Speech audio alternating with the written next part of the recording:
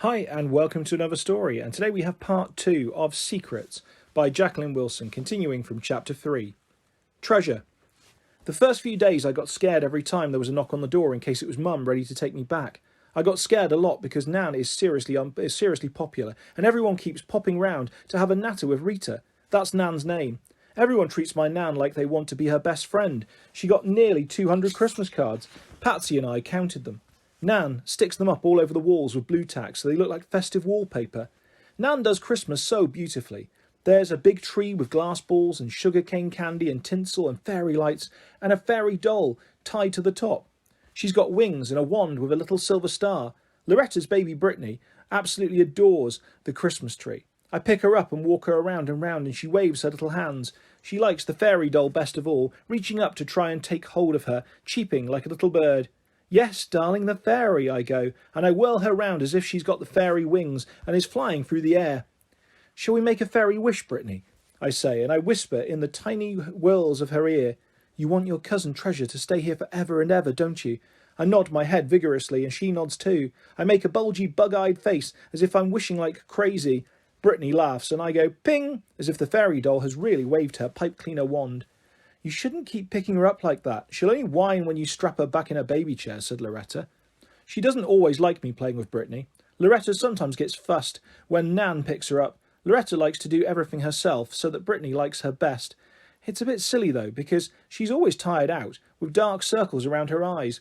She always lies down when Brittany has a nap, and she gets dead ratty if Patsy and I are playing some game and wake her up. Loretta's feeling a bit down at the moment, Nan whispered to me. Don't worry, it'll pass. Is it because Brittany's dad doesn't want to know? I whispered back. Nan shrugged. Maybe. I nodded and tutted like I understood. All girls together, but I think Loretta's mad. Boyfriends are big trouble. You don't need them, but babies are lovely. I'm going to have lots when I'm old enough, I told Nan, and she laughed. Steady on. You're the bright one of the family, Treasure. Don't you want to go to university, be a career girl, eh? I could be a mum and a career girl, I said. That's it, Treasure. Think big, said Nan. Think big, head, said Willie, and he bounced his football right at me. Watch her new glasses, Nan shrieked, and she caught the ball and aimed it at Willie's head, hard. Nan took me down to the optician's, a posh one where they make your glasses there and then, and now I've got brand new specs, little oval metal ones, designer. I don't look quite so awful in them, I truly don't. If only my hair would grow, I might start to look pretty. Maybe I'm going to take after Nan as I get older. Old Specky Four Eyes, Willie chants, but I don't give a stuff about him. Old Pimple Bumfuzz, I yelled back, which really riles him. You buzz off back home where you belong, he said. I belong here now, I said. I don't care what that Willie doesn't want me, or Loretta. Little Brittany likes me, Patsy likes me lots, and my Nan loves me and says I'm her little treasure. I love Nan so very, very much, but, like I said, everyone loves her. We had this big New Year's Eve party last night, and I couldn't believe the number of people who were squashed up in the flat at 12 o'clock. It was just like the Tube in the rush hour, only there everyone has glum faces and keeps quiet, whereas here everyone was happy, bouncing about and laughing and dancing and drinking. I got to stay up too, and Patsy. Even little Brittany made it past midnight. Loretta didn't mind me holding her because she was dancing all the time. She had a new tiny purple skirt and a tight red top, and she suddenly looked great. She's a fantastic dancer too, obviously taking after Nan. Oh, you should have seen my Nan dancing. She looked wonderful in a slinky black dress, low cut and short so she showed off her legs. Everyone went on at her to demonstrate a spot of line dancing, so she did this lovely routine to Shania's From This Moment, and half her dance class joined in. Everyone else squashed into corners and sitting 6 deep on the sofa to make room on the floor. Then Nan and Loretta and Patsy did red-hot salsa, hands on hips and wiggling their bottoms. Patsy was especially good, giving a little wink every time she wiggled that made everyone roar with laughter.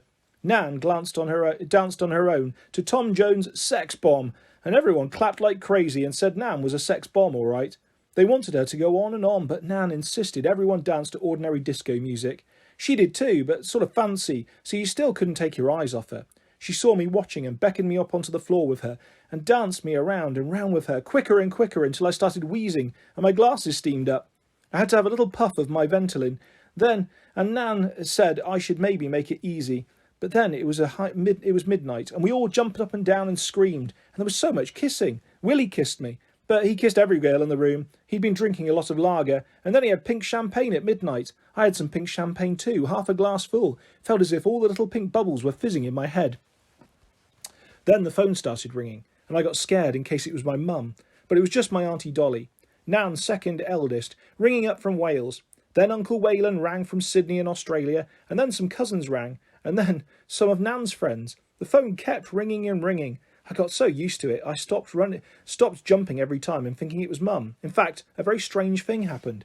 I started kind of hoping it might be Mum. Don't get me wrong. I love it here at Nan's, and I don't ever want to go back home. It's just I started wondering why my mum doesn't want me back. Doesn't she even want to know how I'm getting on? Isn't she worried about my cut? Why didn't she want to wish me a happy new year? There were people ringing from the other side of the world. Couldn't my mum be bothered to ring from the other side of London? Patsy saw I looked a bit down and asked if I had a headache from drinking the pink champagne. She was convinced we'd get dreadful hangovers, even though we only had a few sips each. Nan was surrounded by all these stupid men wanting to kiss her, but she spotted me in the corner and came and gave me a cuddle. I didn't tell her what was wrong. I didn't have to. Do you want to ring your mum, sweetheart? She whispered. I nodded. Then I shook my head. Then I shrugged. Nan seemed to understand that too. You have a little think about it, darling. You could always ring tomorrow, eh? Just in case she's gone to bed tonight, and you don't want to risk talking to that animal, do you? Definitely not. I cheered up a little, deciding precisely which species of animal Terry might belong to. I fancied the idea of a hippopotamus because they're big and fat and ugly, and they yawn a lot, showing all their teeth, and according to this nature film I saw on the telly, they spray their dung about in a totally disgusting manner. There were all sorts of bangs and whizzes outside from fireworks, so Nan said we would watch them from her bedroom in the front of the house. I wanted to show little Brittany, but she was curled up fast asleep in a corner, all cuddled up with Nan's turquoise, furry python doorstop. She looked so cute. Willie was chatting with some of the big boys in the kitchen and drinking more lager, so it was just Patsy and me. It's a big treat going into Nan's bedroom because it's all red velvet and pink satin with lovely pictures of cherubs on the walls and big gilt dressing table with all Nan's makeup and scent bottles and a proper matching silver hairbrush and mirror set decorated with little cherub heads. I asked Nan if they were a really valuable antique, and she cracked up laughing and said, I'm the only really valuable antique in this flat, Treasure. But Nan doesn't look a bit old. She looks very young. She and my mum could be sisters. In fact, when Nan's all dressed up and Mum's all white and worried and needing to wash her hair, when it looks like Nan is my mum's daughter. And then Nan could be my mum, and I'd be Patsy, so I'd be pretty and sweet and talented. I wouldn't wear glasses and have a pinched face and limp hair. I wouldn't think weird things and get on everyone's nerves. Patsy tied up the pink ruffles on Nan's curtains, and we stared out at the fireworks shooting up into the sky. Wow, said Patsy. Wow, wow, wow.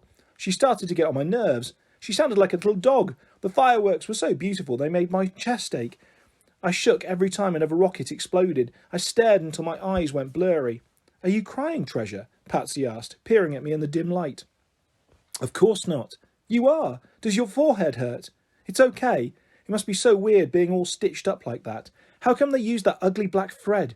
She touched one of the stitches very gently, shuddering a little. They don't fuss about the colour. They just want to stop all the blood leaking out. Yuck, it's so horrible. Uncle Terry, how could he do that to you?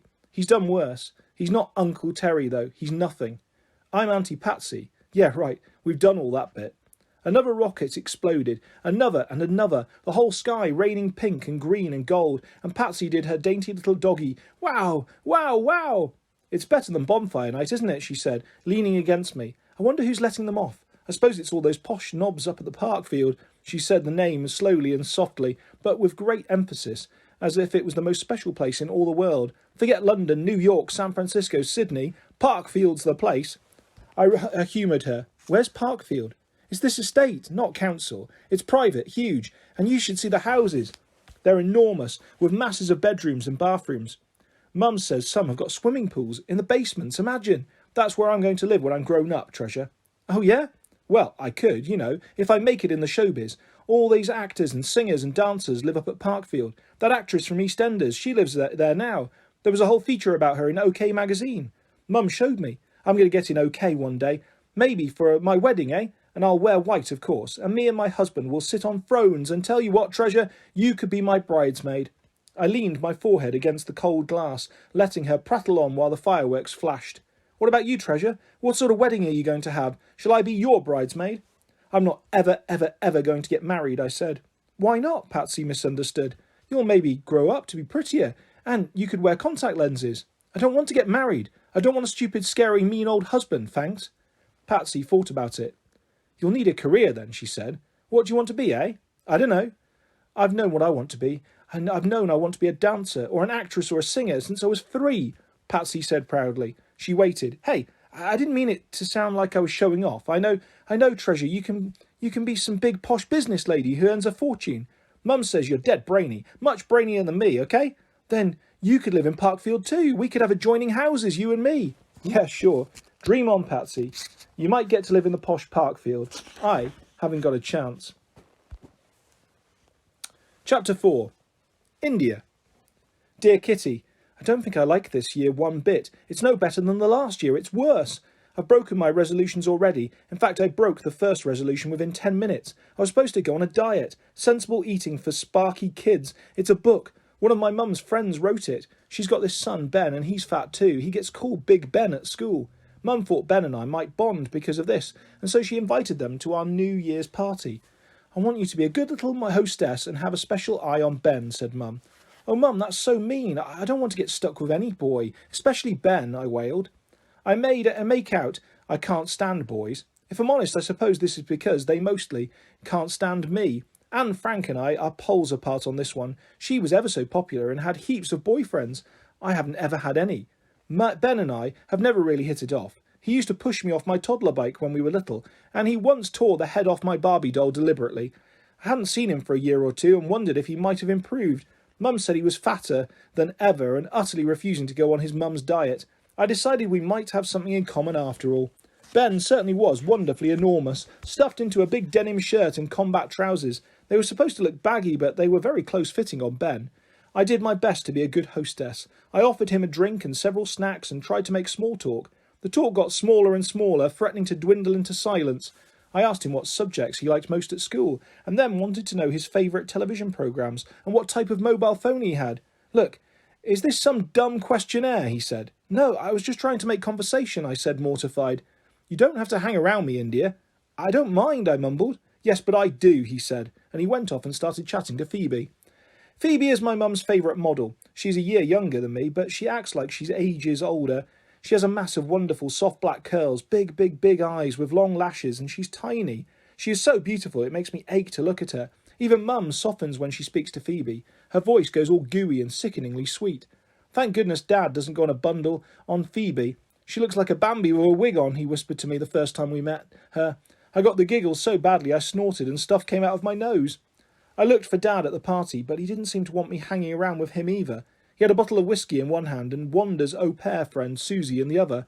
Wanda herself had emailed her family in Australia and then retreated to her room crying. I suppose she was homesick. I wasn't allowed to go to my room. I had to stand there with a stupid smile on my face, passing around the party snacks. I told people again and again and again that my name is India, and yes, I am Moya's daughter, and I am getting a big girl now. It got so bad I wanted to scream and throw the canopies at them.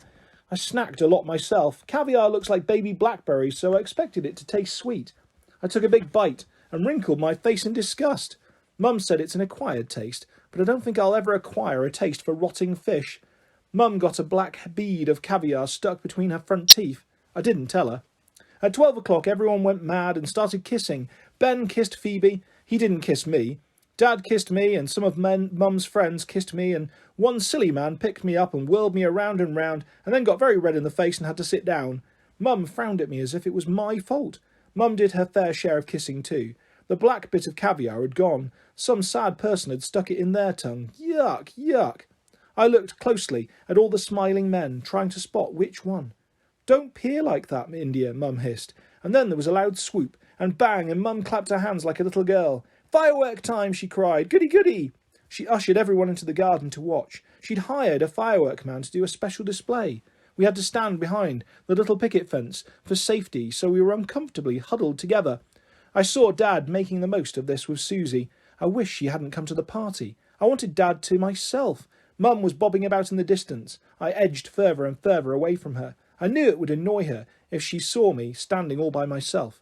I peered up at all the rockets, and each time one burst into stars, I made a wish. I wish I had a real best friend. I wished it 10 times over, and then I crept back inside the house into the kitchen. The leftover party canapes were congealing on their silver trays.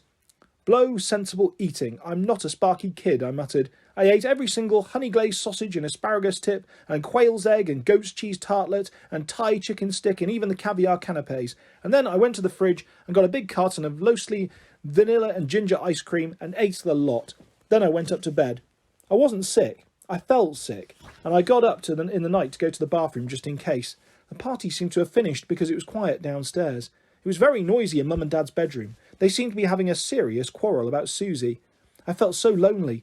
I wondered about going into Wanda's room. If she was still crying, we could maybe comfort each other. But when I peeped round her door, I saw she was fast asleep, her hair inky black against her pillow, her long feet sticking straight out at the end of her duvet. I decided it would be mean to wake her up, so I trailed back to my own bed and put the light on and started reading Anne Frank's diary all over again, to take my mind off my queasy stomach. The first part made me feel sadder than ever because Anne had so many friends when she was at school, before she had to go into hiding. Maybe we're not soulmates after all. I absolutely have to get a proper best friend at school this year. I shall try harder with Maria. Maybe she'll let me be her second best friend. She might even get fed up with Alice and want to go round with me. I can't believe I wrote that. I hate Maria now. I tried very, very hard the first day back at school. I sit over the other side of the classroom from Maria and Alice, but I hovered by their desks before lessons and after lessons. I went along to the girls' cloakrooms when they did and stood in the lunch queue with them, listening all the time. Whenever Maria said anything, for example, A, I got a new mobile phone for Christmas. B, I'm seriously thinking of becoming a vegetarian. C, wasn't Buffy good last night? I'd say, A, I'm going to ask for a mobile for my birthday. I'll buy it. All these little covers, so it's like my doll and I can dress it up. Wouldn't it be weird if your mobile developed its own personality and only let you chat to the people it really liked? It would tell everyone else to get lost in the funny little electronic voice. B, I'm thinking about being a vegetarian too. I especially can't stand the idea of eating lamb, can you? As they look so sweet, and it's a bit unfair to think it's okay to eat really hideous animals like eels. Not that anyone in their right mind would want to. And they eat snakes somewhere, don't they? Imagine! C, Buffy is my all-time favourite programme. Do you think they really are vampires? Wouldn't it be great to be the chosen one? Mind you, it would be pretty exciting to be a vampire too.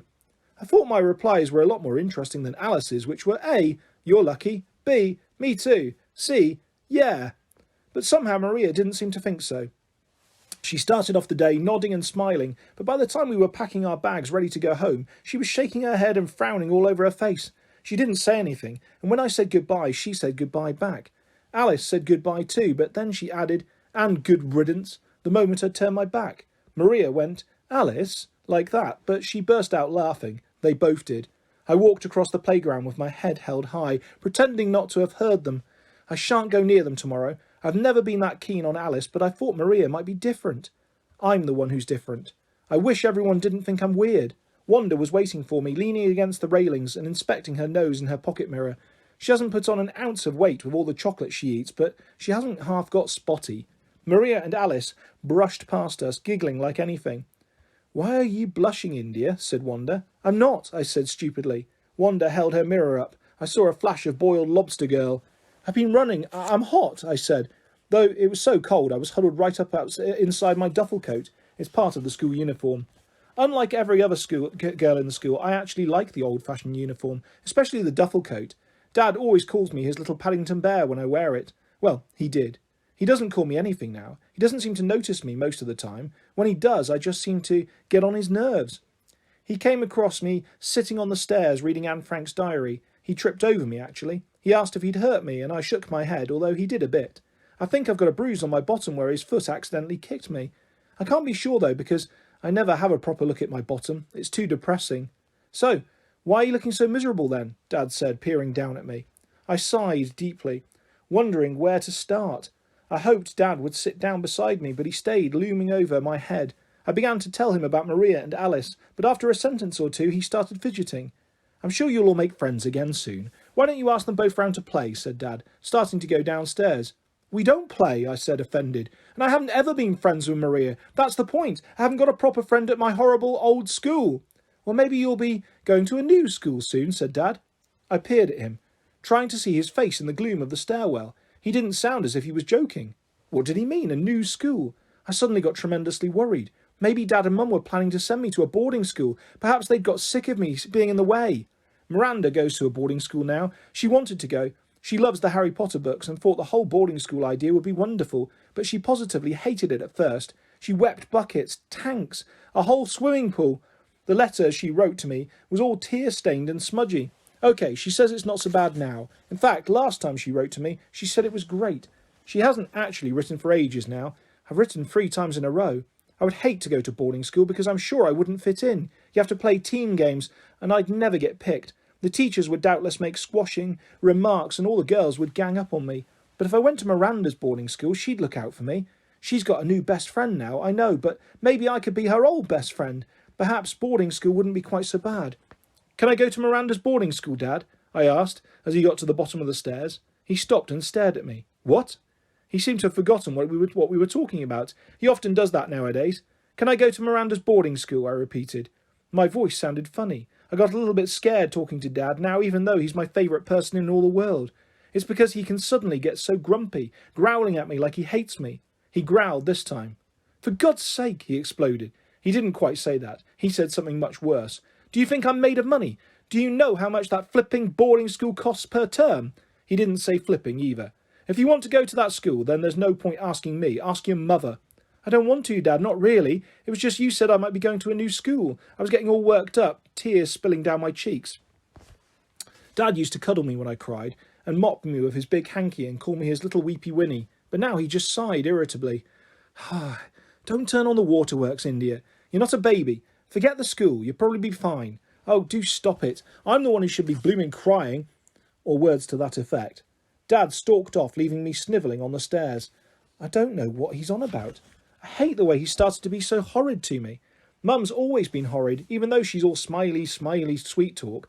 I decided to show them both. I went upstairs with this diary, right upstairs to the ladder leading to the attic. I climbed up the ladder quick, opened the trapdoor, felt around for the light switch, and then shut the trapdoor after me.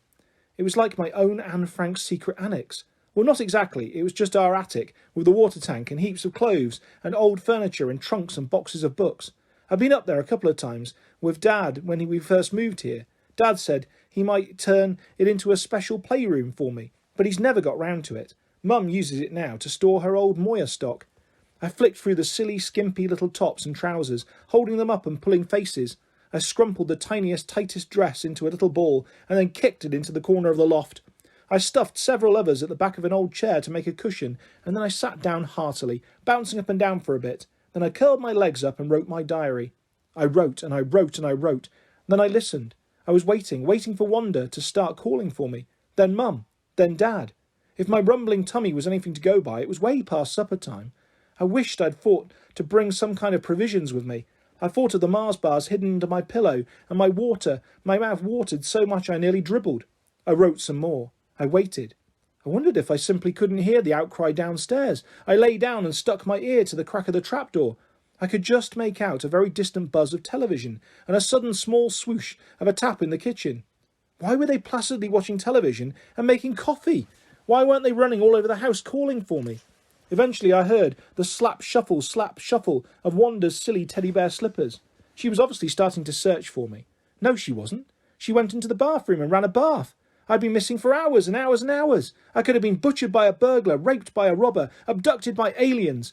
Wanda obviously didn't give a fig. I'd totally disappeared, but she wasn't going to let it spoil her long, hot soak in the bath. What about Mum and Dad? I know I'm a huge disappointment to my mum, huge being the operative word, but Dad's always said I'm his special girl, the icing on his cake, the jam in his donut, the cream in his eclair. The cakes have gone stale now. Dad didn't notice I'm going missing. No one did. When I was absolutely faint with hunger, I opened the trapdoor and clambered down the stairs. I stood there on the landing, feeling as if I'd returned from another dimension. I found Wanda in her room, still very pink from her long bath, her hair hanging like seaweed. She was eating a Mars bar, plugged into her Walkman. She jumped when she saw me. "Why aren't you looking all over for me?" I demanded. Wanda blinked at me. "I don't need to look for you. You're here," she said, taking another bite of Mars bar. "Where did you get that Mars bar?" I said. "Hey, you didn't nick it from under my pillow, did you?" "You're not allowed to eat Mars bars, your mother says Wanda, munching. "You pig! I tried to snatch the Mars bar stub from her, but she shoved it into her mouth, sharpish. I felt tears stinging my eyes. Don't cry, silly. I'll buy you another tomorrow, said Wanda. I flounced off.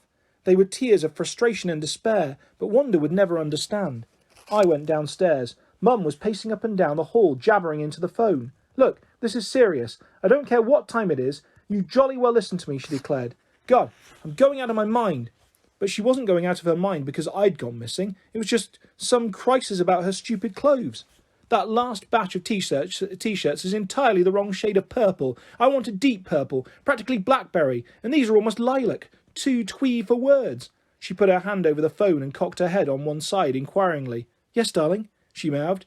She obviously hadn't noticed I was missing. I could probably disappear for months and remain low on her list of priorities, way below lilac t-shirts that should be blackberry.